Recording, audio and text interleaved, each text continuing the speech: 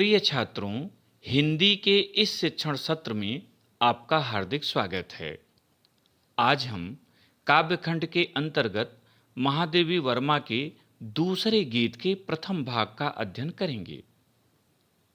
इसके पहले आपने इनके प्रथम गीत के चारों भागों के अध्ययन कर लिए हैं। पाठ्यक्रम में इनके 3 गीत सम्मिलित हैं। दूसरा गीत भी 4 भागों में है। आज पहला भाग प्रस्तुत है। महादेवी जी अपनी कविताओं में अज्ञात सत्ता के प्रति जिज्ञासु हैं, किंतु मानवता का पक्ष भी उनकी दृष्टि से ओझल नहीं होने पाया है। उनका विश्वास है कि जीवात्मा प्रतिकूल परिस्थितियों में भी अपनी सतत साधना से परमात्मा को प्राप्त कर सकेगी। उनकी धारणा है कि भले ही पंथ अपरिचित हो, प्राण अकेले हों, अमावस्या के अंधेरे जीवन में छाए हों, किंतु हमें निरंतर आगे बढ़ते रहना है। यही निश्चय लेती हुई वे कहती हैं, पंथ होने दो अपरिचित, प्राण रहने दो अकेला। घेर ले छाया अमाबन, आज कज्जल अश्रुओं में रिमझिमाले यह घिराघन। और होंगे नयन सूखे, तिल बुझे और पलक रूखे। आर्द्र चितवन में यहाँ सत विद्युतों में दीप खेला। पंथ होने दो अपरिचित, प्राण रहने दो अकेला। संदर्भ: प्रस्तुत सुललित, सारगर्भित एवं मार्मिक काव्य पंक्तियां हमारी पाठ्यपुस्तक सामान्य हिंदी के गीत 2 शीर्षक कविता से अवतरित हैं। इसकी रचना आधुनिक मीरा कही जाने वाली छायावादी कवित्री महादेवी वर्मा ने की है। यह गीत उनके काव्य ग्रंथ दीपशिखा से संकलित है। प्रसंग: प्रस्तुत पद्यांश में कवित्री ने साधना पथ की कठिनाइयों का विवरण प्रस्तुत किया है। कठिन शब्दों का अर्थ देखें। अपरिचित, अनजान, पंथ माने मार्ग। अमा, अमावस्या। कज्जल, काजल। तिल बुझे, उदास। आर्द, गीला। चितवन, दृष्टि। दीप खेला, दीपक का खेलना। व्याख्या देखें। कवित्री महादेवी वर्मा साधना पथ के कठिनाइयों का वर्णन करते हुए, विवरण प्रस्तुत करते हुए साधना पथ के पथिक को सावधान करती हैं। वे कहती हैं कि पंथ होने दो अपरिचित, प्राण रहने दो अकेला।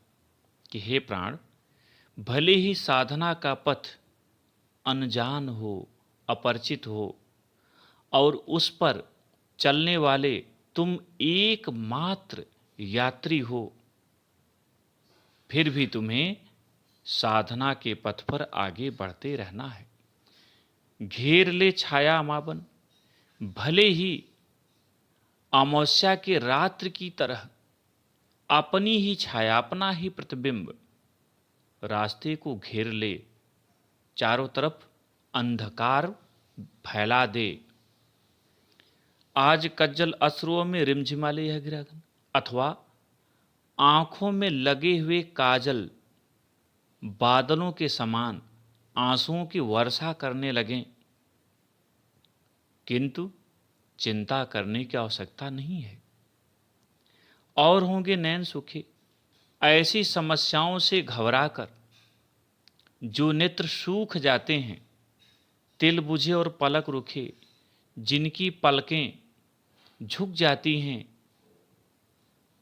जिनकी पलकें रूखी सूखी हो जाती हैं, जिनकी पुतली की रोशनी थम सी जाती है, वे किसी दूसरे के होंगे, मेरे नहीं हैं।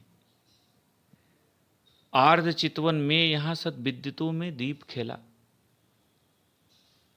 मेरी चितवन तो, मेरी दृष्टि तो सदैव आर्द्र बनी रहती है, गीली बनी रहती है, क्योंकि मेरे जीवन दीप ने सैकड़ों विद्युतों में भी, सैकड़ों झंझावातों में भी खेलना सीख लिया है।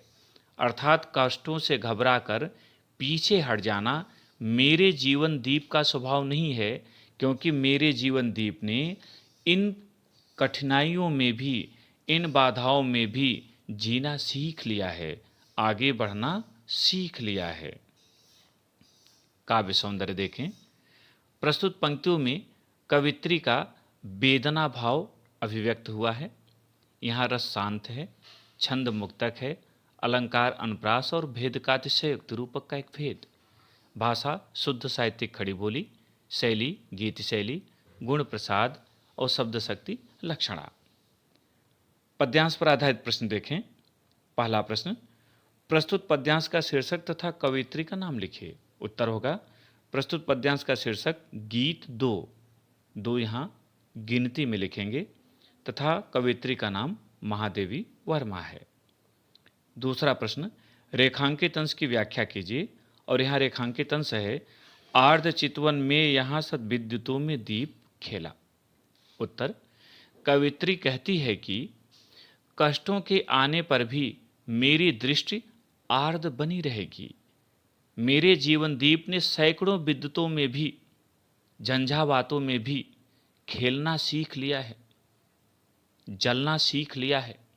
अर्थात मैं उनमें से नहीं हूं जो विघ्न बाधाओं से घबरा जाऊं। कष्टों से घबरा कर पीछे हट जाना मेरे जीवन दीप का स्वभाव नहीं है।